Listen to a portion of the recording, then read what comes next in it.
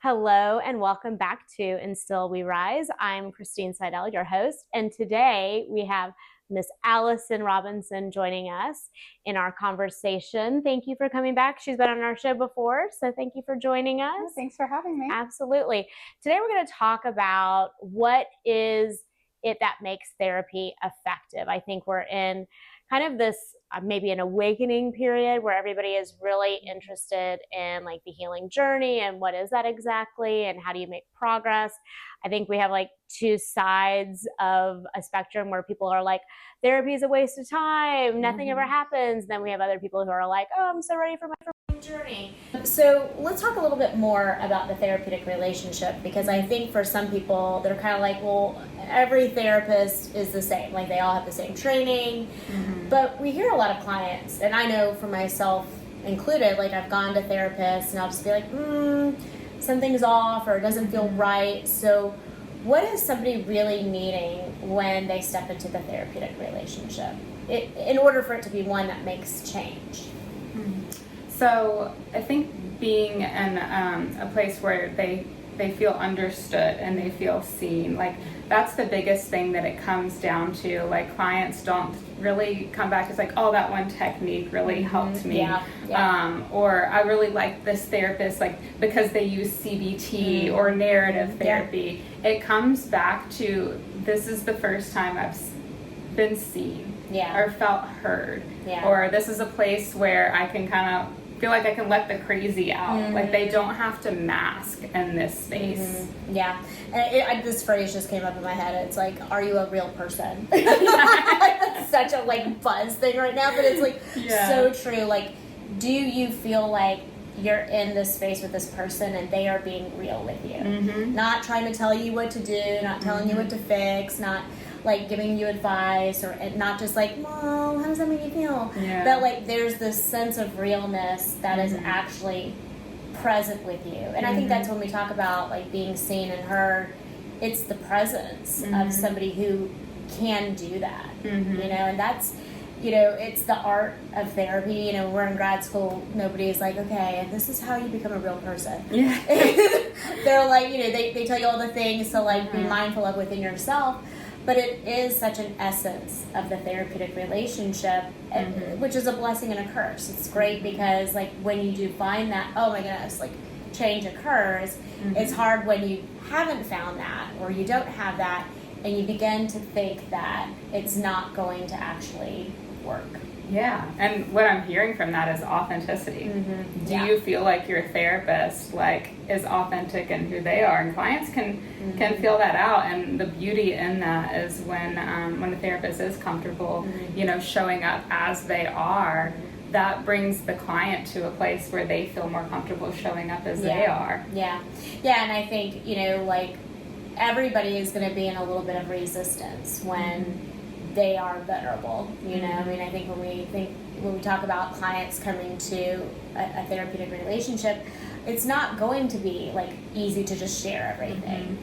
So understanding there's going to be some resistance, having a therapist that can actually sit with you in that resistance, I think is important. So what are some of the things that someone might be looking for in a therapist besides like the authenticity or the realness? What else are they kind of doing or being or presenting in the therapeutic relationship? So I think finding a therapist that is specialized in, what you want to work on. So a good way to do that is, going on websites, reading bios, and seeing like what that therapist is experienced and working with, and then being able to advocate for yourself as the client, and maybe you go to a couple sessions and be like, this isn't the right fit. I think that's like I was just thinking about like clients who actually sabotage their care before they actually started, like scheduling with a therapist who fundamentally doesn't have on their bio something that you're presenting with, but you're like, oh, they look nice or pretty or whatever, I'm gonna go see them, and then being shocked when the therapist is kind of resistant a little bit, the client experiences the resistance in the therapist of like, I don't know what to do, or that feels like really heavy. I know even in just my own family members who've gone and had experiences with therapists, when they will share something, it's kind of received in a harsh way, like the therapist is almost overwhelmed with some of the disclosure. So I think at times, sometimes clients kind of sabotage, like really finding, and sometimes they just don't know, right? Like they don't know really what the core of what it is.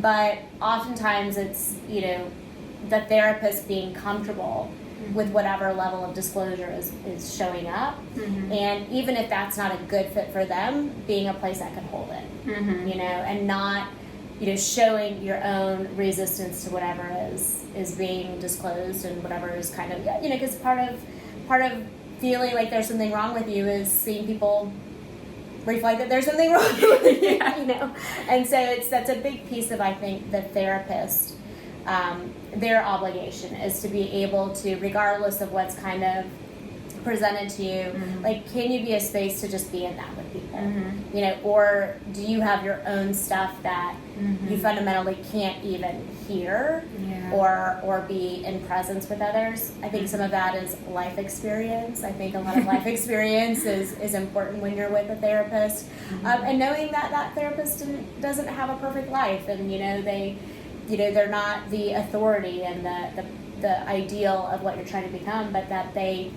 can sit in a lot of the, and be okay. So one, I think, the client has an obligation to be authentic with, like, let me not sabotage this process by going to somebody who works with just anxiety and depression, and yet I have, like, significant complex trauma, but also the therapist needs to be a vessel of being able to just be present with other people in disclosure.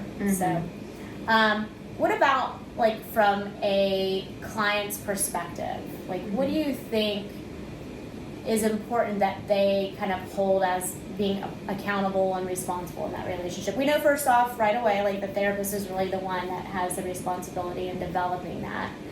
But what about when it is a safe enough relationship to begin doing that work? What can the client kind of do to make therapy more effective? So I think the biggest thing is stepping into radical honesty, and that comes first with being able to recognize those parts of yourself that you don't really want to even think about, much less voice aloud.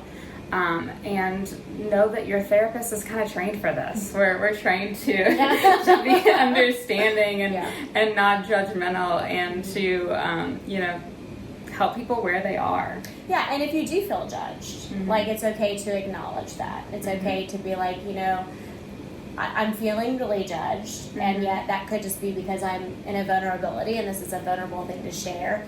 But also, like, how do you feel about what I shared with you? Like, it's okay to ask your therapist those questions. Hopefully they respond to them appropriately, but that is also just part of building a relationship. I kind of think about therapists, finding a therapist is like dating. It's like, it's, yes, we want to be working on things. Yes, we want to start our healing journey. We want to move through things.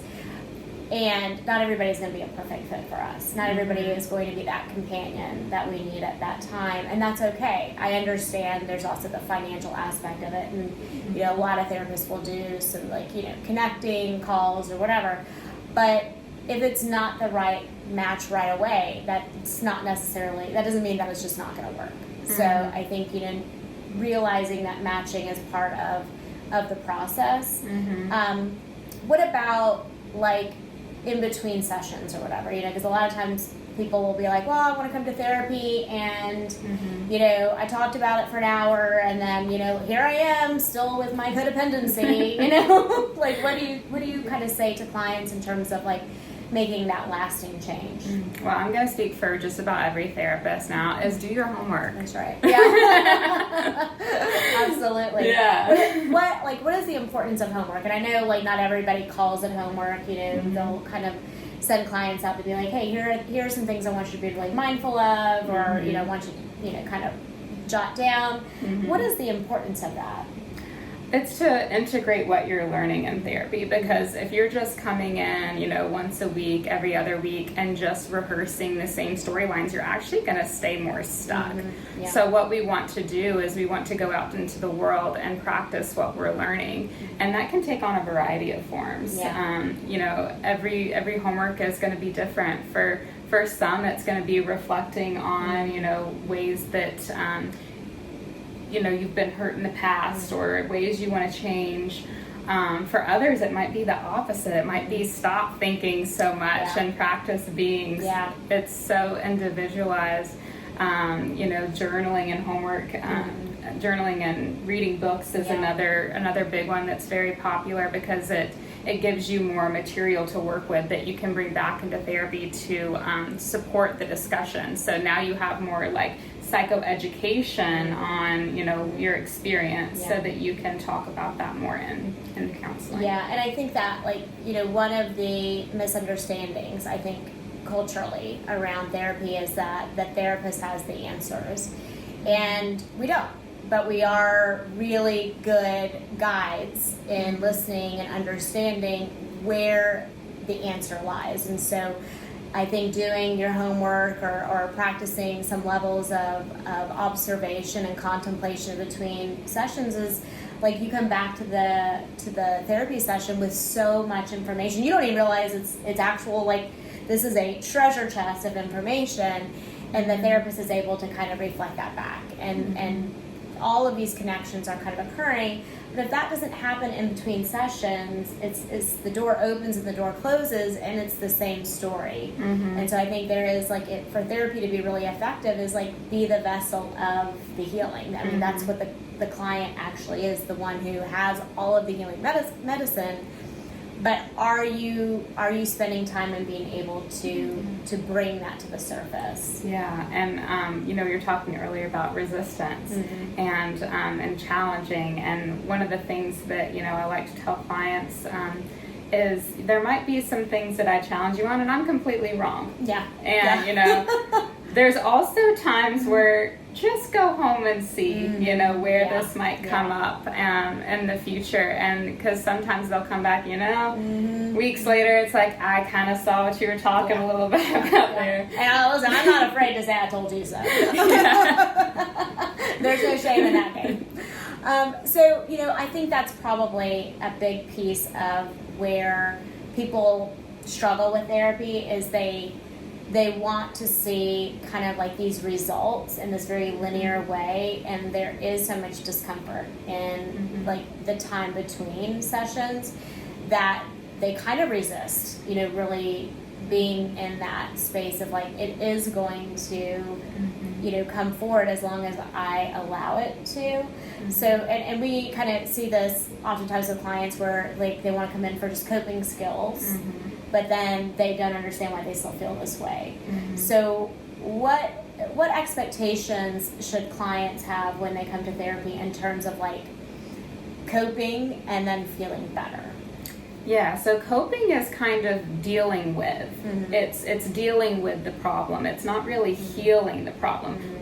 But we do have to go through how to cope with it to kind of start to get better, start to build confidence that you can get better. But, true healing happens when you kind of get more to the root. Yeah. And I think, coping skills to a point that you've brought up, helps you see progress made, So what's important for a client, what kind of outlook or mindset can they have when they're looking to see if therapy is working or not working? Yeah, so looking at the big picture and also understanding that it can get worse before it gets better. Yeah. Oftentimes that's true. What Carl Jung said about our unconscious and the parts of ourselves that we push back is, until you make the unconscious conscious, it's going to run your life and you'll call it fate. Yeah.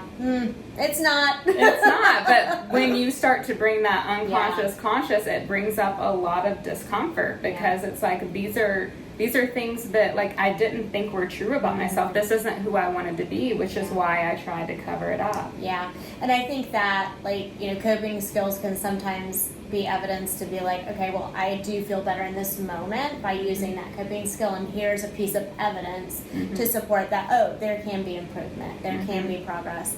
And sometimes that's a great way to just kind of like get us into the mindset of not necessarily looking for like the negativity. You know, there's so much of like our narrative is negative, you know, it's there to kind of protect us.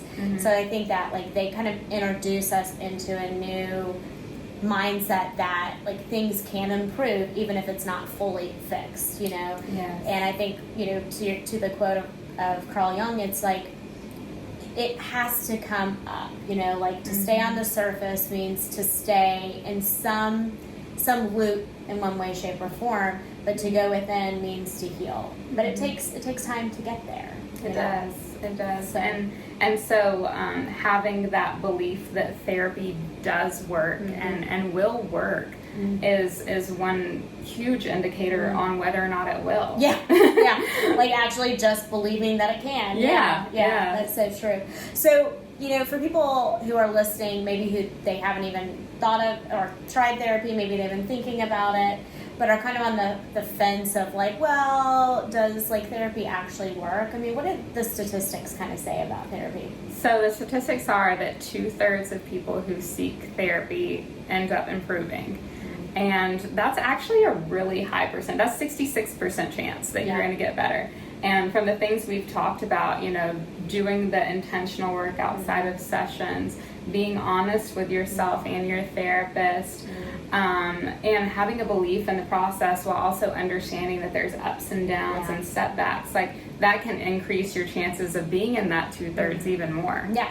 And if you actually not date your therapist, but date therapy, like go and try different types of therapy and different types of therapists, you probably have an increased chance, probably even more than 66%. I would say so, because, you know, I've heard of people saying like, oh, I tried it, it didn't work. And it's like, you went to one session with one therapist. Like, exactly. Yeah. You know? Yeah, exactly. And how, you know, again, like how much can actually be disclosed at that time to be able to begin working on it. So like be honest with yourself, then be honest with your therapist. And it's okay if it's not a good fit. There are others out there that will be. And I think the more we are open to that companion in healing, the more likely we are to be in the healing journey. So and also, you know, sometimes different seasons need different therapists. Oh, 100%. So, like, you know, you might make some progress with a therapist, kind of hit a plateau and be like, oh, like therapy's not working anymore. It's like, no, it's not who you need in this season. Exactly. You know, you were coping here, and you learned those skills, you learned that resilience. Now we need to kind of do some deeper work. It's so true, and that's okay. Like it's okay for those relationships to kind of have a purpose for a certain time. So, well, is there anything else you feel like our listeners or our viewers it would be helpful for them to know about the therapeutic efficiency or efficacy of therapy? Yeah, I think one important thing is to remember is that therapy is for everybody. You don't have to be in a state of crisis to seek therapy or self-exploration. It can help in so many a variety of ways. Like when you think about, you know, the overall picture of wellness, it's like it can help like with even, you know, financial, deepening your spiritual journey, parenting struggles. Like there's so many different things where it's like you don't have to be like an immense crisis of like panic attacks or, you know, in the throes of depression to be like, you know what, there's areas in my life that I want to improve, and so I'm going to seek support here. I love that because I have to say probably some of my most powerful, you know, moving self-exploration moments were in therapy sessions where I genuinely just kept it on a schedule, and I was like, I don't even know what I have to talk about today. And then I get in and it's like, let's dig in. I'm like, whoa, like that's crazy. So, you know, I think that's a great point. It doesn't have to be that there's anything wrong or things are bad. It can just be a place where you have this space and this person and this companion to start exploring your life, your purpose, your meaning, this moment, the present. And I think that's a beautiful thing to be able to, one, have the privilege to do, but also as a human having a human experience, be able to experience as well. So, well, we appreciate you coming on today. We will have other videos of Allison, which is actually about dating, that we'll have linked to it. So maybe you can listen to that after this and have a little bit better idea of the type of therapist you want. But we so appreciate you coming on and really just talking to us about like the experience of therapy. I think sometimes we just forget that is something that we haven't all experienced, and some of us have been a little bit turned off by it. So I appreciate you giving us your perspective. As always, we will have your other videos linked, and we would appreciate the listeners and the viewers. If you like this episode, if you feel like it would be helpful, please share, like, subscribe. We always appreciate that. And we thank you for watching and listening, and we'll see you next time. Bye for now.